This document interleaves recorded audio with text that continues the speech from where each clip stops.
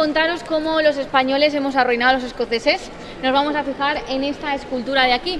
Este emperador romano montado a caballo no es ningún emperador romano. Se trata del rey Carlos II. Carlos II, al igual que su padre, Carlos I, y que su abuelo, Jacobo VI de Escocia, primero de Inglaterra, ellos pensaban que eran la mismísima imagen de Dios en la tierra, los enviados del Señor. Así que Carlos II mandó a hacer esta escultura para representarlo. Por eso es un emperador romano y por eso el nombre, si luego os fijáis, vais a ver que está en latín y no en inglés, Carolo II, porque era el idioma para comunicarse con Dios. Quedaos con los nombres, especialmente de Carlos I y Carlos II, porque fueron los monarcas más odiados de aquí de Escocia. Ahora sí, esto de aquí es el antiguo Parlamento escocés. Se empezó a utilizar en el año 1639. Dejó de utilizarse en el 1707. Ni un siglo usando el Parlamento. ¿Cómo lo perdieron?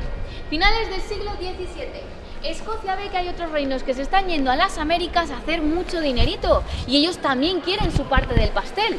Deciden hacer algo súper inteligente. Van a invertir todo su dinero en crear una flota que enviarán al Canal de Panamá. Cuando llegan al Canal de Panamá, ¿quiénes estábamos ahí? Los españoles. ¿Qué deciden hacer los españoles? Destrozar la flota escocesa. Lo poquito que quedaba terminó por hundirse de camino de vuelta a Escocia. Acababan de invertir todo su dinero para nada y estaban en la ruina. Aquí los ingleses ven una oportunidad muy buena. Ellos saben que por la fuerza Escocia no se va a unir a Inglaterra porque es algo que ya han intentado antes, no funciona. Pero igual con el tema monetario, el asunto cambia. Les ofrecen un rescate económico, 400.000 libras esterlinas a cambio de la firma del Acta de Unión. Los escoceses se niegan, dicen que prefieren vivir arruinados antes que bajo el mandato de un inglés. Pero los ingleses no se rinden, ellos siguen insistiendo, hasta que dan con un joven noble de este parlamento. Lo convencen para que reúna a otros nobles y juntos firmen ese acta de unión en contra de la voluntad del pueblo escocés. Y así es como se firmó en el 1707. Y como se hizo en contra de lo que quería el pueblo, ha seguido dando de qué hablar incluso hoy en día. Año 2014, Escocia tuvo su primer referéndum por la independencia. Además, no eligieron la fecha al azar. Era el 700 aniversario desde la primera independencia, la del 1314. Bien, en la votación, el 55% de los escoceses votó en contra de su independencia, incluidos independentistas. ¿Y por qué un independentista no iba a querer su independencia? No querían salir de Europa, que era una consecuencia de independizarse. Por eso no les ha hecho mucha gracia que unos añitos después ni están en Europa ni tampoco tienen su independencia. Esto hizo que en el 2020 el Partido Nacionalista Escocés ganara las elecciones con el 83% de los votos, porque ellos prometían un nuevo referéndum para este año, para el 2023. Pero a la que la ex primera ministra escocesa, Nicola Sturgeon, dimitió, hace no mucho que la detuvieron y el marido seguramente termine en la cárcel por haber financiado ilegalmente su partido, pues no sabemos qué va a suceder, pero el ambiente desde luego está caldeadito. ¿Alguno ha caminado por la Royal Mile, ha bajado abajo del todo y ha visto el Palacio de Holyrood? ¿Todavía no? Cuando bajéis abajo del todo de la Royal Mile, de frente vais a encontrar el Palacio de Holyrood. A vuestra derecha vais a encontrar otro edificio, el nuevo Parlamento escocés. ¿Cómo lo han recuperado? Esto se lo deben a Tony Blair. Tony Blair en el año 1996 ganó las elecciones a primer ministro de Reino Unido y él era escocés. Así que él propone una votación para devolver a Escocia su parlamento y lo consigue, dándoles así pues un poquito más de su libertad, de su independencia. Cuando veáis el parlamento, vais a ver que ese parlamento no deja indiferente a nadie.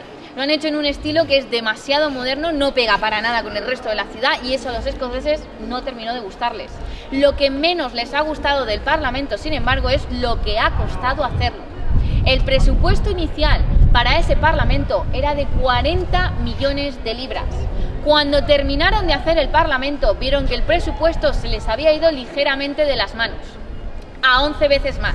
441 millones de libras ha costado hacer el nuevo Parlamento escocés. ¿Y quién fue el arquitecto a cargo de ese Parlamento? Pues un español, Enric Miralles, de Cataluña. De hecho, ganó muchísimos premios que el pobre hombre ni siquiera pudo ir a buscar porque murió 2 años antes y tuvo que ir su mujer. Si a vosotros os gusta la arquitectura, vais a saber apreciar que, oye, el Parlamento se merece esos premios. Además, podéis entrar a verlo, está súper bonito. Se merecen los premios, ¿sabes? Pero claro, los escoceses a día de hoy van a ese Parlamento, lo miran, se miran entre ellos y dicen: ¿veis cómo los españoles nos siguen arruinando 700 años después? Porque así somos nosotros, dejando huella. Ahora nos vamos a fijar en este edificio que tenemos aquí. Esto de aquí es la iglesia de Edimburgo. Iglesia y no catedral. ¿Alguien sabe que tiene que tener una catedral para que la consideren como tal? Obispo, tiene que tener obispado. Esta no lo tiene porque es una iglesia presbiteriana. Para ponernos en contexto, siglo XVI, en Alemania, Berlín, Martín Lutero, él no está muy de acuerdo con esto de las ideas católicas. Decide escribir sus propias ideas en contra del catolicismo, que no fueron pocas. 95 ideas en contra del catolicismo, se conocen como las 95 tesis de Martín Lutero.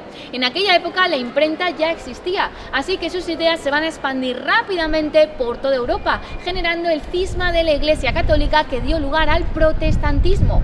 Esas ideas llegaron a Inglaterra. En Inglaterra en ese momento gobernaba Enrique VIII. ¿Nos suena Enrique VIII? Un rey muy querido por su pueblo, con una extraña afición por cortar cabezas, pero aparte de eso es el hombre muy majo. En él está casado con una española, Catalina de Aragón, pero él no quiere estar casado con ella, se quiere casar con la dama Ana Bolena, porque Catalina ha sufrido un aborto y no le puede dar un hijo. ¿Qué se le ocurre a este señor? Va a escribir una carta al Papa explicándole sus motivos para divorciarse de Catalina y casarse con Ana. Cuando el Papa recibe la carta se lleva las manos a la cabeza y dice: Enrique, hijo mío, ¿qué tonterías me estás diciendo? ¿Qué divorcio ni qué divorcio? Que eso aquí no existe, que somos católicos, casados hasta la muerte. Enrique nunca fue popular por aceptar un no como respuesta, así que él dice: bueno, que no me divorcio. Sí me divorcio de ella. Y me divorcio de ti, voy a crear mi propia religión, el anglicanismo, que además hoy en día es la rama más importante del protestantismo. Característica principal del anglicanismo, aparte de que te puedes divorciar, el rey es el nuevo papa. ¿Y quién era el rey? Enrique. Pues Enrique contentísimo, claro, todo el poder para él. Esas ideas también llegan a Escocia. En Escocia en ese momento gobernaba una mujer, María Estuardo. En la sombra, sin embargo, lo hacía otra persona, un sacerdote, John Knox. A John Knox le llegan estas ideas. Unas le gustan, otras no tanto. Dice: bueno, pues yo copio a mi amigo Quique y me hago una religión, el presbiterianismo, que además fundó aquí en esta iglesia en el año 1560. Característica principal del presbiterianismo: todos somos iguales ante Dios. Si todos somos iguales ante Dios, yo no necesito un cura, tampoco necesito un rey. Así que, Enrique, tú que tenías el ojo echado a Escocia, aquí ya no pintas nada. Por eso él fundó esta religión, para así conservar su propio poder. John Knox también tenía fama de ser profundamente misógino. Él decía que el problema en Escocia era que estaba gobernada por mujeres. Y la mujer es tonta y es muy fácil que el diablo la engañe. Por lo que tener a una mujer en el poder era como tener al mismísimo diablo en el poder. ¿Y queremos al diablo en el poder? No, ¿verdad? Pues tampoco quieres a una mujer. ¿Y quién estaba en el poder? María Estuardo. Pues imaginaos lo bien que se llevaban. En cuando él fundó aquí esta religión, convirtió esto en el Vaticano de los presbiterianos. Esta es su meca. Hasta aquí vienen todos los años presbiterianos de todo el mundo. No por la iglesia en sí, sino por el parking. Porque el parking antes era un cementerio. Y aquí está enterrado el mismísimo John Knox. Esto que tenemos aquí hoy en día es el Tribunal Superior de Justicia de Edimburgo. Como había Tribunal Superior de Justicia, hacía falta un parking. Pero aquí había un cementerio. Pues nada, movemos el cementerio y ponemos un parking. Cuando ya lo habían terminado todo y había quedado divino, nadie había sacado a John Knox. El escocés pensó: este hombre, quejarse lo que es quejarse, no se va a quejar. Pues lo dejamos donde está. Vamos a conocer a John Knox, Plaza 23.